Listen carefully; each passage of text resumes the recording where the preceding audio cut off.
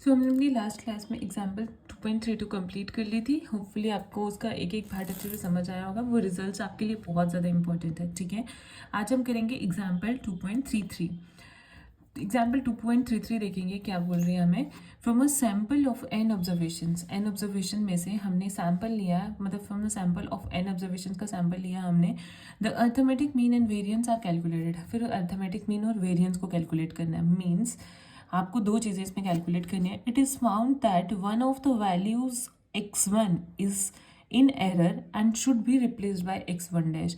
एक वैल्यू जो x1 है वो एरर में है और उसको हमने रिप्लेस्ड करना है x1 डैश से। And show that the adjustment to the variance to the corrected this error is.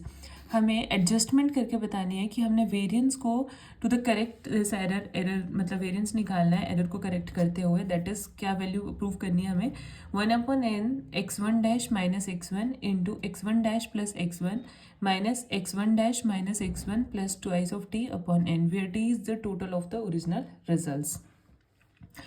Solution start करेंगे हम, बट मैंने आपके लिए इसको सॉल्व कर रखा है, मैं आपको वहीं से करवाऊंगी।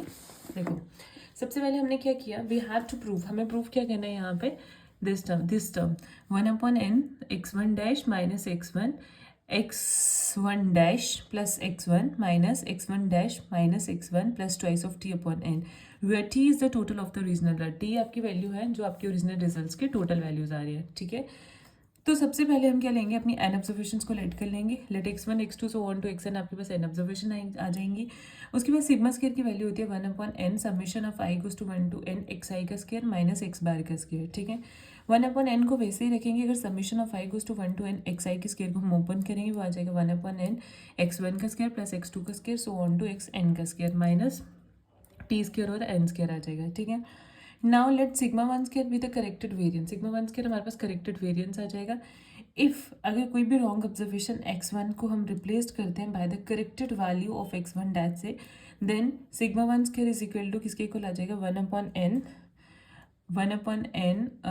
यहाँ से आ जाएगी आपकी वैल्यू x1 डैश का स्केयर प्लस x2 का square so on to xn का स्केयर माइनस यहाँ से हमारे पास क्या वैल्यू आ जाएगी, मतलब हमने क्या कर दिया इसमें, सिग्मा स्केयर की वैल्यू ये होती है हमें पता है, तो सिग्मा वन स्केयर की लेनी होगी तो बस उसमें करेक्टेड वाले वेरिएंस को भी आपने लिख देना है। मतलब x1 डैश, x1 को करेक्ट कर रहे थे तो x1 डैश का स्केयर आ जाएगा माइनस, अब टी के केस में क्या आएगा, t minus x1 plus x1। देखो अब t में तो हमारे पास पहले से वैल्यूज़ नहीं दे रखी हैं, तो इसमें हमने क्या किया, इसमें से हमने रॉन्ग वैल्यू को सब्ट्रैक्ट कर दिया और राइट वैल्यू को ऐड कर दिया, जैसे हम पहले करेक्टेड के लिए किया करते थे, ठीक है, अपॉन n।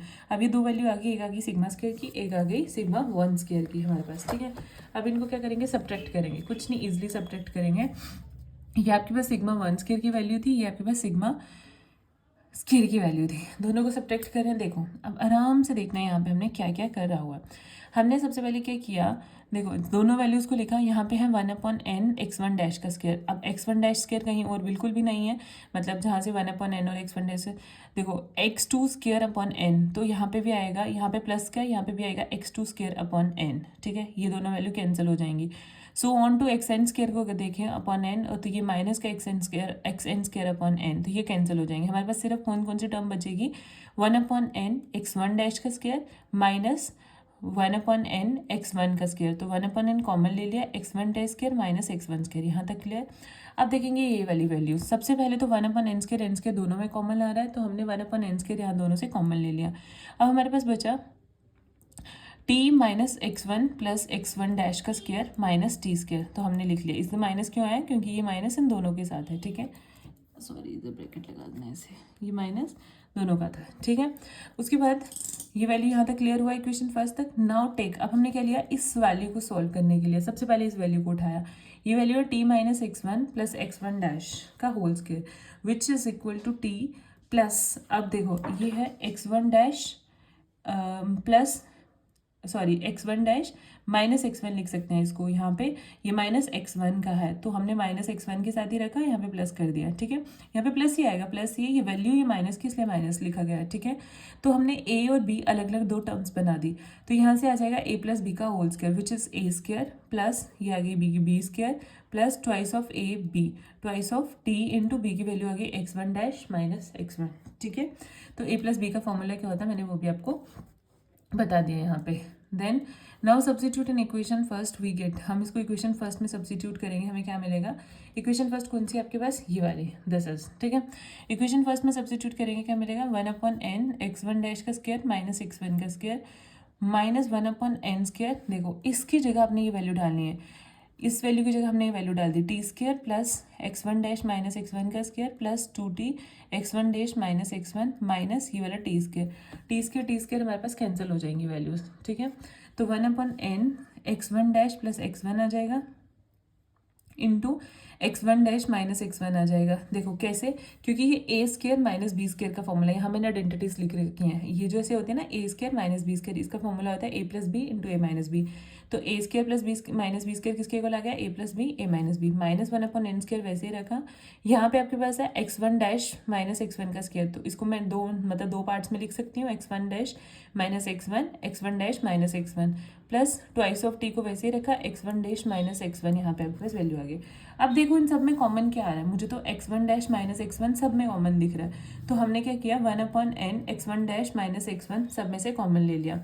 अब जब कॉमन ले लिया, इस वैल्यू में से, जब इतनी सी वैल्यू में से हमारे पास कॉमन आएगा x1 डैश माइनस x1, तो क्या बचेगा, x1 dash plus x1 minus वैसे रखा हमने, 1/n स्क्वायर में से 1/n कॉमन ले लिया, तो अंदर क्या बचेगा, 1/n। तो सिमिलरली वैसे ही x1 डैश माइनस x1 लिखा प्लस ये टर्म तो चली गई, एक टर्म तो चली गई है बाहर, प्लस ट्वाइस ऑफ टी, क्योंकि ये टर्म हमारी कॉमन आ गई है, क्लियर।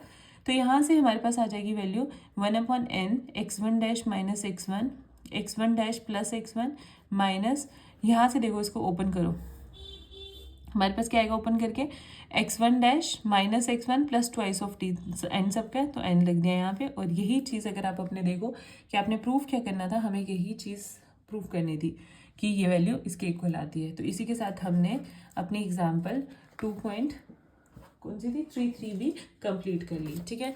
अब हमारा नेक्स्ट टॉपिक शुरू होगा coefficient of dispersion and coefficient of variation, जो कि हम अपने नेक्स्ट क्लास में करेंगे, नेक्स्ट लेक्चर में करेंगे।